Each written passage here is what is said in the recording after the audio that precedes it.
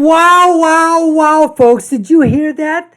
That was just a little snippet, folks. Little snippet. And the cheers, the outcry, did you hear them yelling out his name? Yelling out, Donald Trump, we love you. We need you. Not a single shout out. That what you didn't hear the name Biden, you didn't hear the name Harris, you didn't hear anything of that, folks. Anything. This was, you saw both political parties meet and put aside for a few seconds, a few minutes, hopefully putting aside partisan, the fighting and everything, so they could be there and pay their respects to those who tragically died, patriots who wrestled the controls out of the hands of those terrorists and made the ultimate sacrifice by not allowing those terrorists to carry out what they would have done. This was catastrophic to begin with, loss of life, but there would have been also a catastrophic destruction of life in the Capitol building and whatever else they would have been, could have hit on that day. So one thing is that congratulations to both parties, to President Trump, President Biden, Vice President J.D. Vance, Vice President Kamala Harris, and when I mean VP, soon to be VP J.D. Vance, but they came out and shook hands and at least were there in unity. If it was a photo op for both, I mean, you know what? I don't think these people like each other because they're just so diametrically opposed in their views and what their views are for America and its standing in the world. But at least they came together. But folks, this is post-debate. And we're supposed to believe that in that debate, according to the news pundits and whatever, some say it was a knockout to where okay, fine. She did whatever she had to do. There were definitely missed opportunities for Donald Trump, no doubt, but he still hammered home his objective. He still pinned her down. His final statement was absolutely crushing. But then he was in a fight, 3 against 1. Hey, that's a hand you're dealt. That's a hand you play with. But folks, out in Pennsylvania, this is a rural area in middle of Pennsylvania, at the memorial, and the people are shouting out. You would think are there anybody? You can't hear anything going on. Let's hear it one more time. Just listen. If you can tell me there's a Biden name, a Harris outcry, I'd love to hear it, but I don't hear it at all. Let's hear it one more time.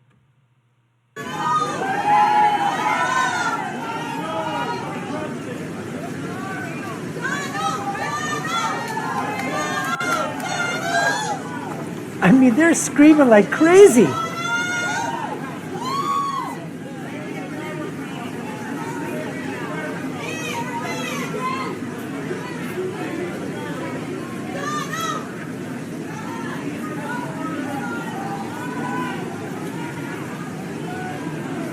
She's waving.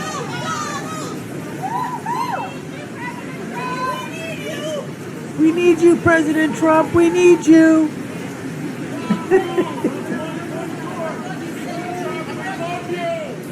Trump, we love you. Just take a look at this here, folks. I mean, take a look at this thing here. J.D. Vance is over here, probably smiling and saying, this is great. I mean, they're out there loving on Donald Trump. And all these, if these are part of the media with their phones up here, they're capturing all of this. As we said, nobody for Biden, nobody for Harris. They're all shouting out, we love you, Trump. We need you again. Please, we need you. We love you. I mean, that's got to be absolutely just, I mean, what do you think if you're Harrison? But well, Biden doesn't know where the hell he is or whatever. But Harris has got to be thinking, to herself. She's smiling, she's waving, but she's thinking to herself, "This is what is going on over here." She's seething, probably. She's really upset, I'm sure, that nobody's showing her any support, giving her any props, giving her any love. No loving for Kamala Harris, no, sir. And this is, as I said, post debate. What did the people in the middle, the independents, what were they thinking?